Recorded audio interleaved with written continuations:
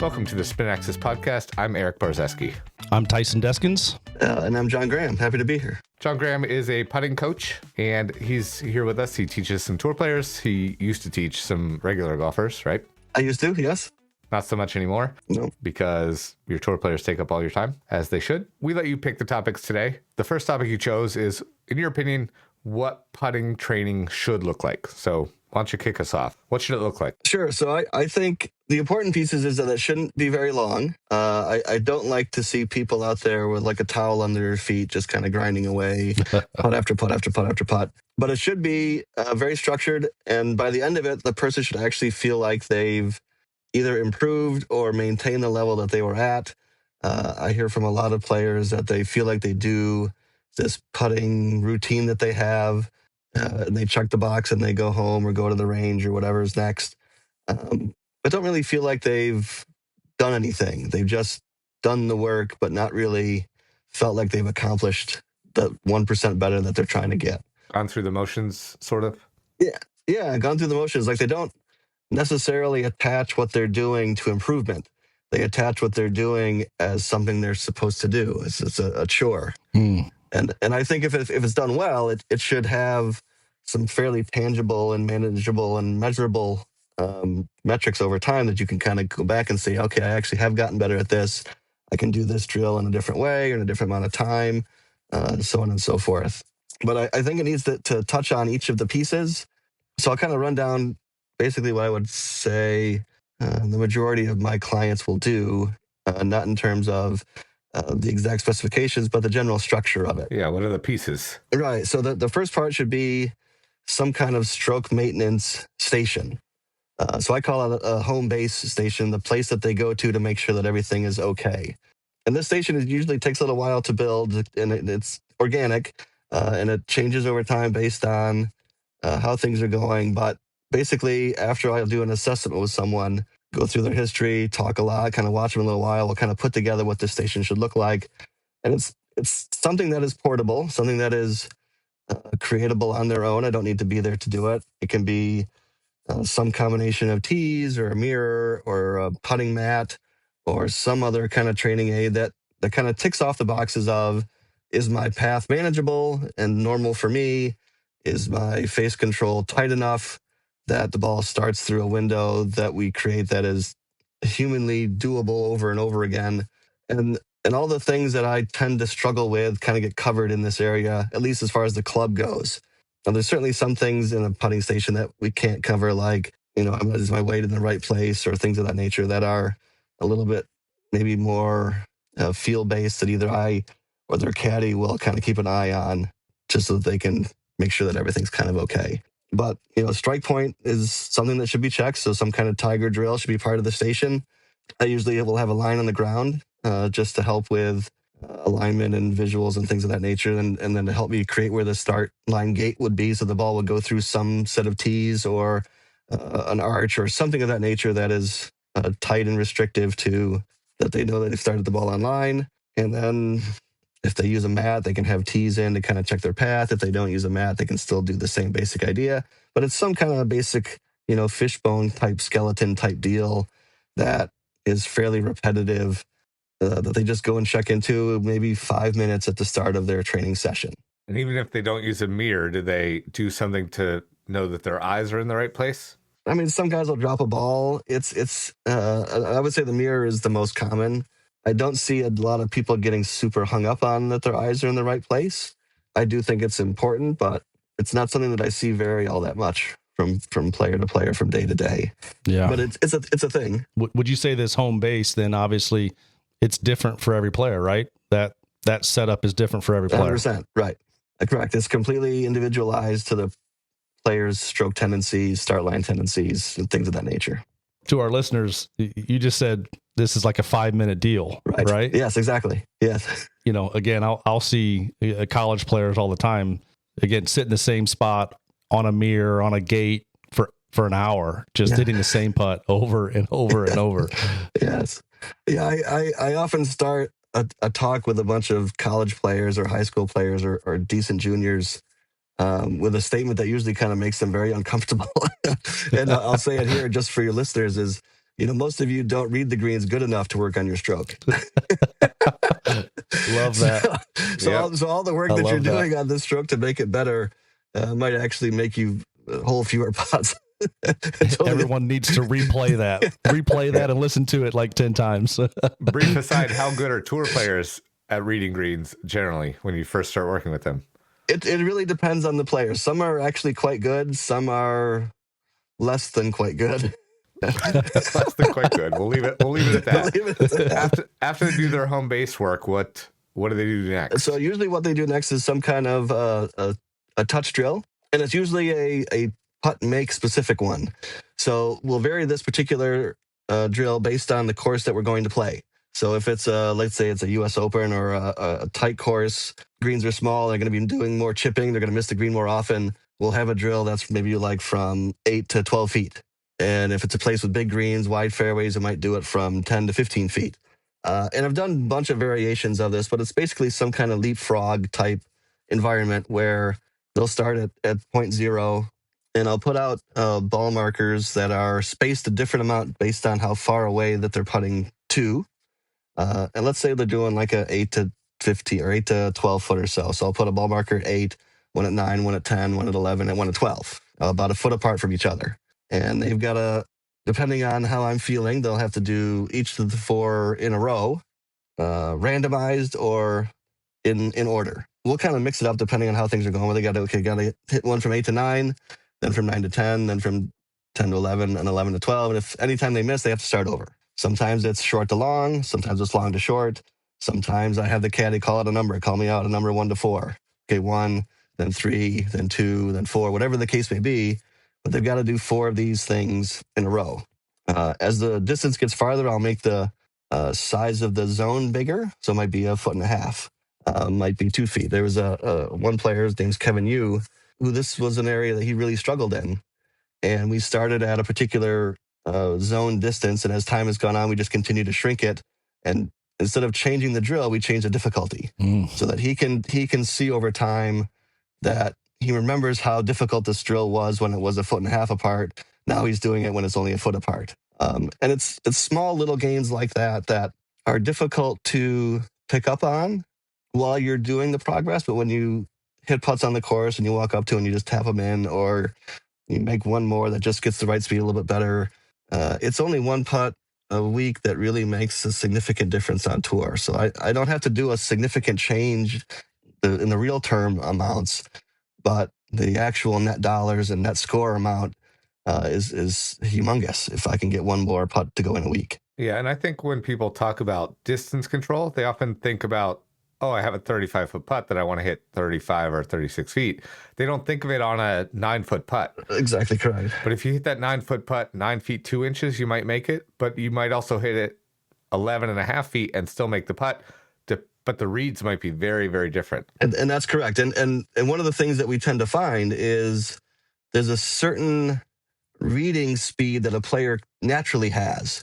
Some guys are a little bit firmer, some guys are a little bit softer, and they don't really notice it until you kind of put them into this environment and you say, okay, well, this is what you normally make it at. So sometimes I'll use an actual fake hole and I'll place it in different places relative to the zone they're trying to finish it. So let's say they're trying to finish it from 9 to 10 and they tend to make a little bit more aggressive. I might put that hole at like 7 feet away. So now you got to roll it through the hole and finish it into the zone or something like that. And it just continues to kind of test them, not only just on their distance control, but as soon as the image of the hole gets placed in front of them, there's a different part of them that turns on that it's like, okay, now I got to roll it through this and get it. They almost start to change the order of the task, that now that the hole is there, it's like, okay, well, now I just got to get it to roll through this hole, and they forget about the distance part. So at times when I integrate the 2 of them, it helps to kind of bridge that idea that the goal of the putt is to hit it not only the direction you want to hit it, but the total distance you want to hit it, and hope that the hole just gets in the way of that, because that's what your read is going to be based on, the total distance that you would have tended to hit this thing. And that, again, that changes over time based on if a player is, really struggling with tending to be short or tending to be too firm. We kind of start to push their touch based on what we see in this drill and what we see on the course, and what they talk about in terms of comfort. There's just some guys who will never be comfortable hitting it firm. It's like, I just can't do it. When I watch the ball go farther away, I get really nervous and uncomfortable, even though it's 2 feet by, if I had left it a foot short, I feel more comfortable because it didn't get further away from me. And then something that's maybe something for a mental sports psych guy to deal with, but at least in this environment, they can kind of see it. Yeah. And that's usually part two of what I would do for like a recommend for a training session. How long do they do that? They have to successfully do it 4 times in a row? Yes, and usually one is uphill and one is downhill, so they've got to do it twice. Mm-hmm. And it's fascinating to me that I would have expected, based on just the math and the physics of it, that the uphill one would be much easier for guys, but it's not the case. The downhill one is consistently more easy for them to do. For whatever reason, there's a different level of comfort with making a stroke that doesn't need as much acceleration as an uphill one does, and they can more closely match a feel for the downhill ones, because the downhill putts, obviously the feels are closer together. Right. So it's like, okay, well this feel equals this, so okay, it's just a little bit more. Where the difference between an 8-foot putt uphill and a 10-foot putt uphill is a much larger feel difference, and it's harder for them to connect one feel to the next. Yeah. But I would have thought, just because of the margin of error is bigger, that the uphill one would just be mathematically easier. Right. I just don't see it in the real world. Downhill putts are easier for guys to control, surprisingly. Yep. So what's next? So what we would do next, we would either flip-flop between some kind of making game or a lag distance game. So the lag distance game, and this is one I would highly recommend for everyone to do, and it's for putts outside of 32 feet. So if we're talking strokes gained, something that is the strokes gained plus if you 2-putt it. Right. Basically, I've kind of modified this based on some of the numbers from Mark Brody. You take the starting distance that the putt is from, and 7% of that starting distance is the safe zone that they've got to get the ball to finish in. For example, if they've got a 40-footer, they've got to hit it within 2.8 feet, anywhere of the zone, right, left, short, or long. And if they finish it in that zone, they get 2 points. Anything outside of the zone, they get -1. If they make it, they get 3, and they play until they get to 10. If their distance control is good and they do it in 5 putts or less, or 5 holes or less, that's quite good. Usually the goal that I give the guys is to finish it in 8 holes or less. I've had players that had poor distance control. When I met them, it would take them 20, 30 minutes to finish this drill. They never finished. It was all negative. Yeah, like it was, right. Like the lights are coming on in the car, so he's pulling the car up. Like it can be really eye-opening. This is another one I usually do for a lot of college players who think that their distance control is good. It's like, the goal is to see if you can make your first putt actually positive, good enough that it represents a positive advancement, not just, okay, I got it within 3 feet or whatever the case may be. Mm-hmm. Oftentimes, a lot of the training type things that I like to do take me out of the judgment factor of it, where the player does whatever the task is and they can see for themselves, okay, I suck at this. Okay, I'm improving at this, or I'm not improving at this. So that judgment doesn't have to be made by me. They can be made by the player, which I think is more powerful than if I come along and say, you're really struggling on your distance control. It's like, yeah, okay, whatever. Probably makes you less likely to get fired too. Well, I've learned that over time. I think the belief and the buy-in from the player is stronger that way, though, Exactly right? correct, right? Like I'm going to give you a task that doesn't sound exceptionally difficult, and if they can't do it, they're like, okay, I need to work on this. He's right. I'm not good enough at this. And then, like I said, so that can take anywhere from 5 minutes to a half an hour. And sometimes I've had to leave a client and be like, okay, I'm going to go to the next person. You go ahead and finish this. The guys are competitive enough that they'll do it. Like it means enough to them that they don't like looking like they can't do something. And a regular golfer could probably do 10% because it's easier math. Exactly correct. Maybe anything outside of 25 feet or something. Exactly right. And you just modify it based on what you need. And 10% is how I started it. And it was just a little easier than I wanted. It's and too then easy, yeah. Right. And then when I talked to Mark, it's like, it actually is closer to 7. So it worked out. And the caddy's got a calculator with their phone, and it just there's one guy who's got like a little alignment stick with the different numbers of inches on it. So he just says, no, fail, pass. And so then the last thing would be this making game, something that ties in all the skills that putting is. Like putting is start line, it's alignment, it's distance control, it's screen reading. Now it comes to making, which is what they're going to actually get paid for. It has 2 variations. Both are strokes game based. One is a short make game, and one is kind of like a mid make game. One for what I would call kind of cleanups, up and down saves, and then one for opportunities. Par putts and birdie putts. Par putts and birdie putts, and it's a little bit of a mix of both. So the first game is a It's an 18 putt game. You're going to do it at 6 different holes with 3 balls. Most of the games I do in a group of 3. So sleeve of balls, everybody seems to bring out that. And it starts with a putt from 3 feet, 4 feet, and then 5 feet, different angles to the same hole. And then it goes to 4 feet, 5 feet, 6 feet at a different hole. Switch holes again, 5 feet, 6 feet, 7 feet, and it expands out until the final one is 8 feet, 9 feet, 10 feet. So it's a total of 18 putts. If you add up all the strokes gained to it, if you have 12 makes, that's roughly about strokes gained 0. Anything more than that is a plus. Anything less than that is a minus. And it's just something that we track over time, looking for distances that are repeatedly being missed or particular angles that are repeatedly being missed. And again, it's usually at a place where greens are going to be missed often, or it might be Tuesday we do short makes. Wednesday we do these mid makes.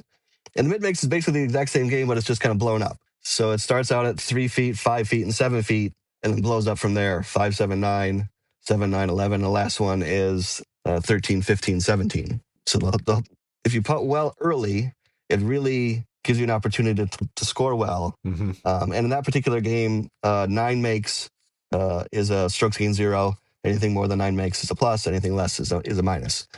Make half the putts, you've gained strokes. Correct.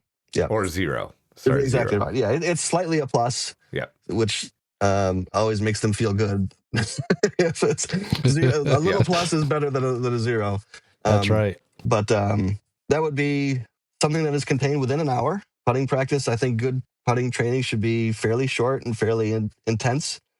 Putting can be boring by its nature. And if you do it too long, I think you check out and you don't really get anything for it. But it checks all the boxes. It has a little bit of competitive nature to it in itself. It's got a scoring component to it. And it's something that guys kind of feel comfortable knowing that if I do these things, I know that I've done okay. And they also see improvement so far, which is really good.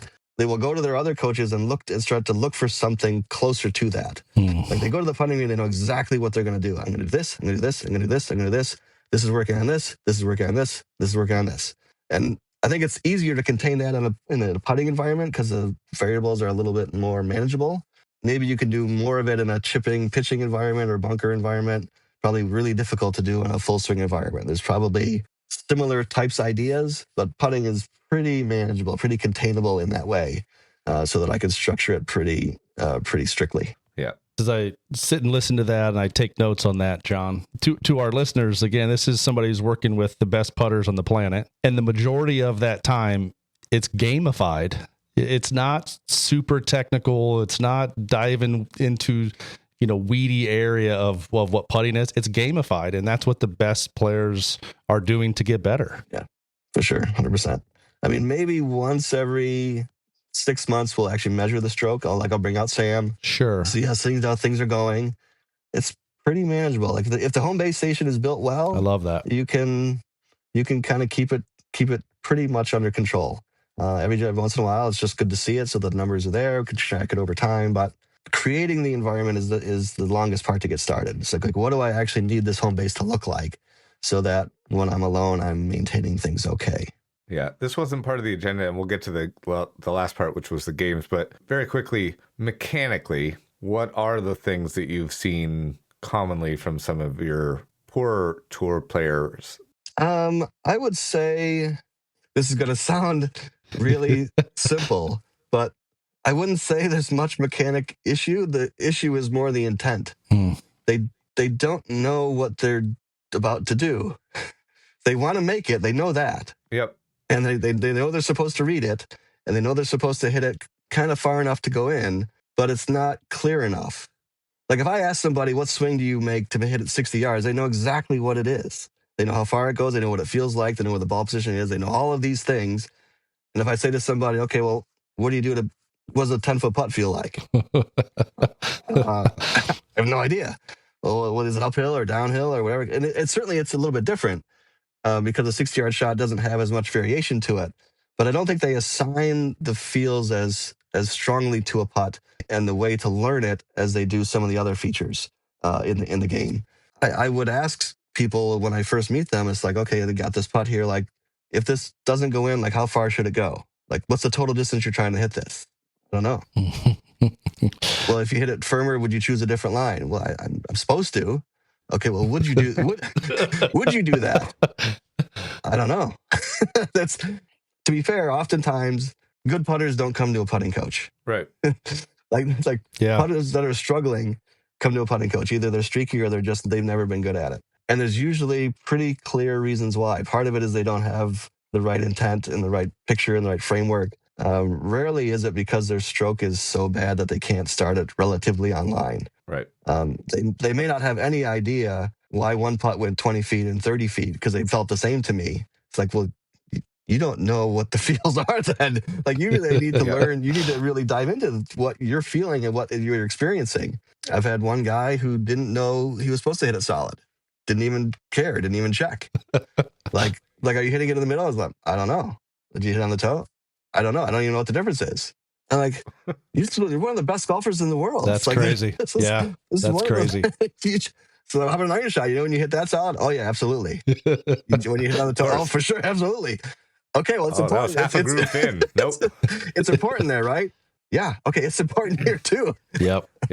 And sometimes it can be things that small. So technically, I would say, if I was going to mechanically say, the biggest issue is usually acceleration. Yep. Guys, they don't move the putter well. Their tempo and rhythm changes dramatically based on this nebulous picture that they have of what they're about to do. They just don't have a clear enough picture of what equals what. Right. Yeah. Okay. You wanted to talk about what some of the games that you like to teach are. Yeah. So this is some of the games you like people to have, other than the ones that you gave in the putting practice. Yeah. So again, I would say most of my games are fairly either difficult or eye-opening, and not necessarily because they're hard, but just because it's like, okay, this is really what this means. So I'll give two, for example. The first one is another a lag putting game, and this is one that I'll do with the players. We'll kind of mix it up between the one I already mentioned, and it's a very simple game. It's just five putts, all from, again, 35 feet or out, and all they have to do is 2-putt each one. And if they do that, the game's over. We know they've got a strokes gain plus. Everything's great. If at any point they 3-putt one, now they have to do a consequence game to make up for the stroke lost. Like to show you what you've lost with this 3-putt. Like, you've lost one full shot. Here's what you have to do to get it back. You've got to make 2 8-footers. You've got to make 2 out of 3 10-footers. You've got to make 6 5-footers or something of that nature that it comes back to what one full shot equals. And the guys are usually shocked at how difficult it is to get that shot back.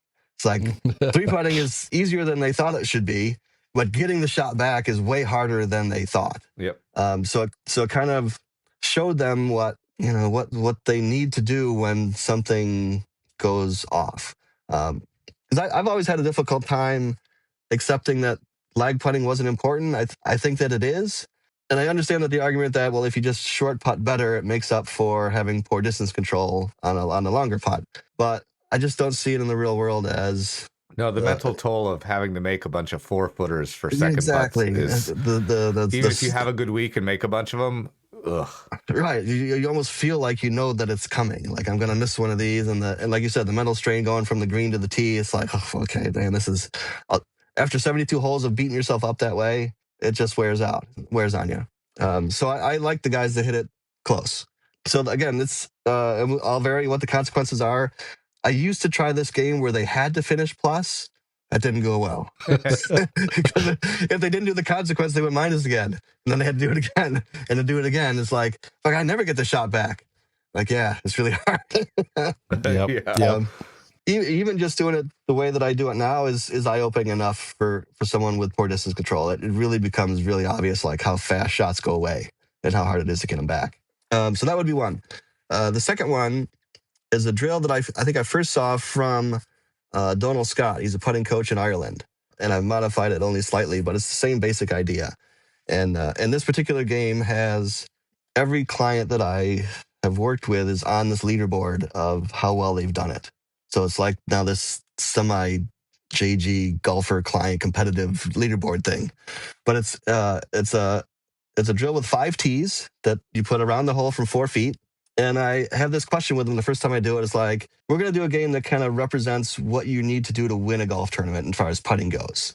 So if you've got 5 4-footers that week, how many of those 5 do you think you should make? And they'll say, well, yeah, I got to make them all. Okay, that's right.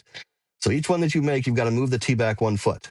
As soon as you miss one, that tee comes out of the game. When all 5 tees are out, you're gone. The game's over. So you started with 4 feet, you made 5. Now you've got 5 putts from 5 feet. If you're going to win this week, how many of those do you think you got to make? I think I got to make them all again. Yeah, pretty much. So now you're at 6 feet. You got 5 tees left. All right, you got 5 6-footers. What do you think is a good make rate to win? We'll say 4 out of 5. So we pull 1 tee out. There's 4 left from 7 feet. How many of those do you think you got to make to win? 3 out of 4. All right, now you got 3 tees left from 8 feet. How many of those you got to make to win?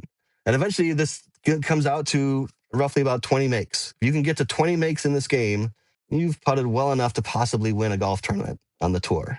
And it's difficult. That sounds hard. it's depending on the hole that's chosen. It can be impossible. Not impossible. It can be very, very difficult. But it doesn't seem that difficult when they're doing it. The thing that it really shows is how valuable making short putts is. Because as soon as the tee's gone, you don't get it back. Right. So if you miss a 4-footer, you've lost not only that putt, but you've missed the chance for a 5, you've missed the chance for a 6, you've missed the chance for a 7. All of the opportunities that tee presented are gone.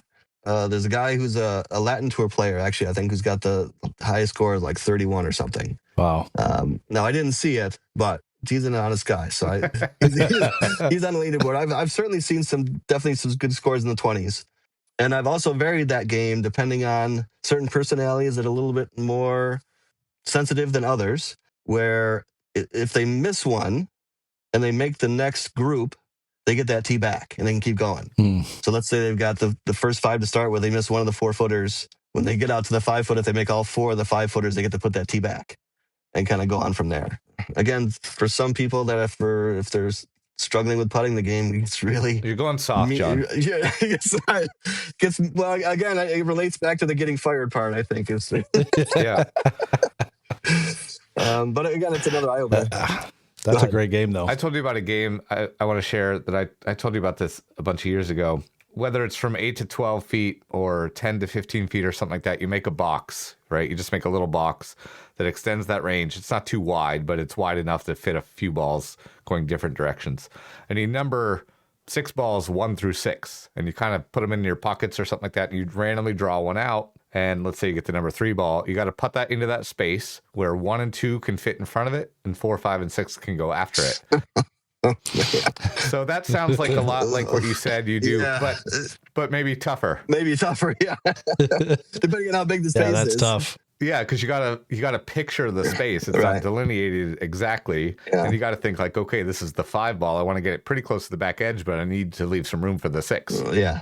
Yeah. And I've had some people like the 2 ball gets a little too close to the front, but here's the thing: you're allowed to kind of hit the 2 ball with the 1 ball, so you could nudge it back there. Okay, so and fit the 1 in there. See, but you got to be really accurate. Yeah, I was gonna say exactly. Yeah, right. But I've had some people occasionally save their round by doing that, and then your score is just how many times it takes you to pass. Yeah, awesome. I love that. Right, because it's only 6 balls, so you can run that through pretty quickly. Right. It's not super easy, but if you're decent at your distance control, it's not too bad. I like that. Yeah, we've always thought pretty similar in that way of training being at least as difficult as what they're going to deal with, aside from the mental part, which we can never reproduce. Yeah, and I like that that's randomized because you're just randomly picking a number out of the thing, and you're happy if you get 1 or 6 first. Right. Although 1, you got to think about where you want to put that ball, because if it's right in the middle, you got to fit the other balls past it. Yeah, you got to be able to get the balls around it. Yeah. Where can people, tour players know where to find you, but you don't post as much as you used to on social media, but where can regular golfers find anything about John Graham? Yeah, I'm still on Twitter at John Graham Golf. Instagram, the same, John Graham Golf. I think I still have a Facebook page that would be under the same arrangement. I would say probably Instagram I would be on more than anything else nowadays. I don't have a website, so I can't really help you out there. But Instagram would probably be the best place to reach me. We have a website, and it's The Spin Axis, and our social media is also The Spin Axis. Thanks for joining us, John. Thanks, John. Appreciate you. Yeah, thanks for having me. I really enjoyed it.